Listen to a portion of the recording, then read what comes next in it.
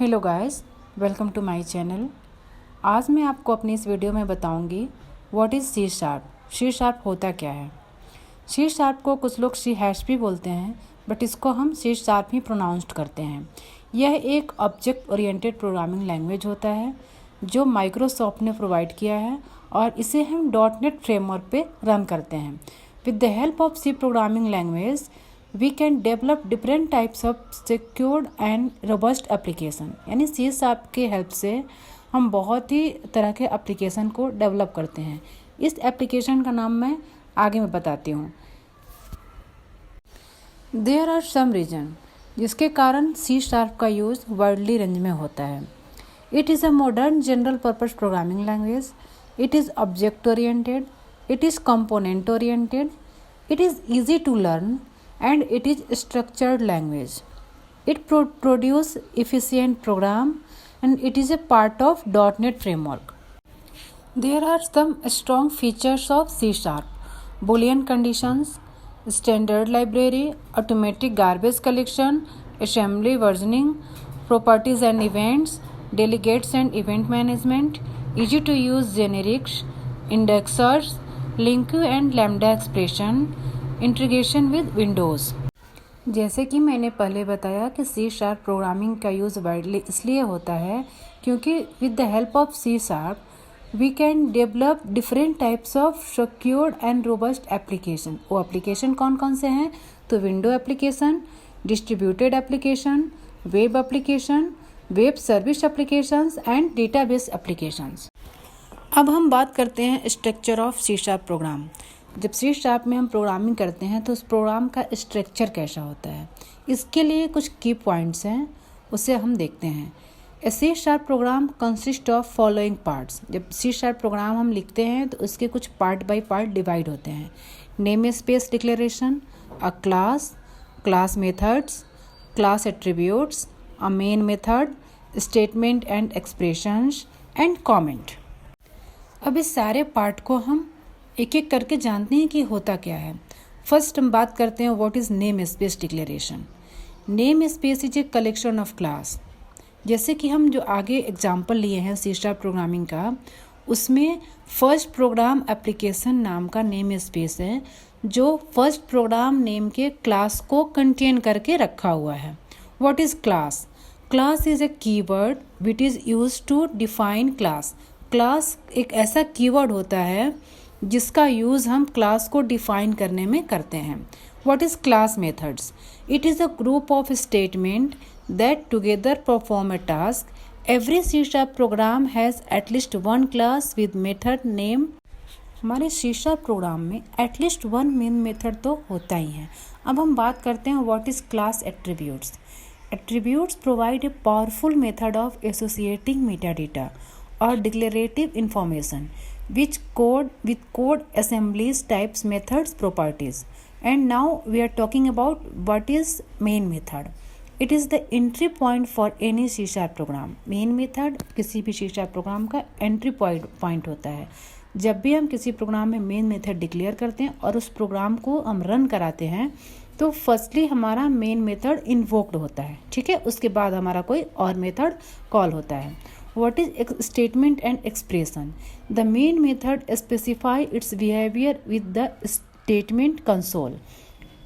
Right line any output. जैसे कि हम बात करते हैं स्टेटमेंट एंड एक्सप्रेशन के बारे में, तो हमारे मेन मेथड में अगर हमें कोई चीज़ प्रिंट कराना है तो उसको हम स्टेटमेंट एंड एक्सप्रेशन में डालते हैं। जैसे कि यहाँ पे एग्जांपल दिया हुआ है कि मेन मेथड के अंदर हमने प्रिंट कराया एनी आउटपुट, तो उसको कैसे लिखते हैं? Right line any output. Now we are talking about comment. What is comment? It is used for programmer to understand code. It is ignored by compile when our program compiled. Multiple comments कैसे लिखते हैं वो हम बता रहे हैं। /* comment statement * यानी comment का हम जब किसी भी प्रोग्रामिंग में कमेंट करते हैं तो वो सिर्फ एक यूज़र को समझने के लिए होता है, कोड को अंडरस्टैंड करने के लिए होता है कि किस लाइन के कोडिंग में हम क्या कर रहे हैं।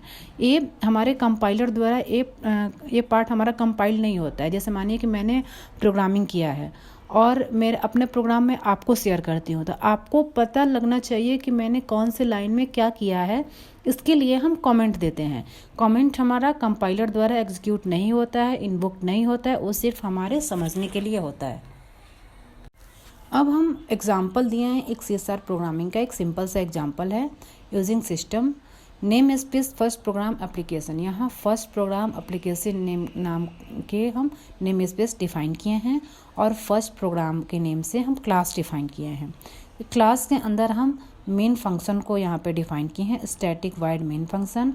और मेन फंक्शन के अंदर हम कंसोल डॉट राइट लाइन, हम यहाँ पे स्टेटमेंट और एक्सप्रेशन का जब हम डिफिनेशन दे रहे थे तब बताए थे कि मेन फंक्शन के अंदर हम स्टेटमेंट और एक्सप्रेशन को डिफाइन करते हैं, जैसे कि यहाँ पे दिया गया है कंसोल डॉट राइट लाइन, और यहाँ पे हम प्रिंट कराना क्या चाह रहे हैं, आवर फर्स्ट प्रोग्राम। ठीक है, यहाँ पे कुछ पॉइंट्स है जिसको मैं डिफाइन करना चाहूँगी। हम अपने प्रोग्राम में यूजिंग सिस्टम का यूज़ क्यों किए थे। We write using system before the class, it mean we do not need to specify system name space for accessing any class of this namespace. A program generally has multiple using statement. दूसरे हम use किए थे। अब हम बात करते हैं console dot write line का यूज़ हम क्यों किए थे। We use console dot write line, it mean that write line is the method of console class defined in the system namespace. This statement is used to display a message on the screen. यानी हम message को screen पे display करने के लिए console dot write line का हम use किए हैं। We use console dot read key, हमने प्रोग्राम के स्टेटमेंट एंड एक्सप्रेशन का जो दिए थे कंसोल डॉट राइट लाइन, उसके नीचे लिखा था मैंने कंसोल डॉट रीड की। इसका यूज़ हम क्यों करते हैं। This makes the program wait for key press and it prevents the screen from running the closing quickly when the program launched from Visual Studio.net. इसका यूज़ हम इसलिए करते हैं कि जब तक हम कोई की प्रेस न करें तब तक हमें आउटपुट दिखे, नहीं तो अगर हम इसका यूज़ नहीं करते हैं तो विदिन सेकेंड तुरंत से आउटपुट आता है, तुरंत से गायब हो जाता है, हम उसको देख भी नहीं पाएंगे। इसलिए आउटपुट को होल्ड करने के लिए हम कंसोल डॉट रीड की का यूज़ किए हैं। There are some key points of C#. C# is case sensitive. All statement and expression must end with the semicolon. The program execution start at the main method. Unlike Java, program file name could be different from the class name. Now we are talking about compiling and execution the program by Visual Studio.net. Firstly, start Visual Studio. Then on the menu bar, choose File, then New, then Project. Choose Visual C# from template and then choose Windows. Then choose Console Application. Specify a name for your project and click OK button. This create a new project in Solution Explorer. Write code in the code editor. Click the Run button or press F5 key to execute the project. A command prompt window appears that contains the line our first program. Thank you for watching my video. If you like my video, please like, share and subscribe my channel. Thank you so much.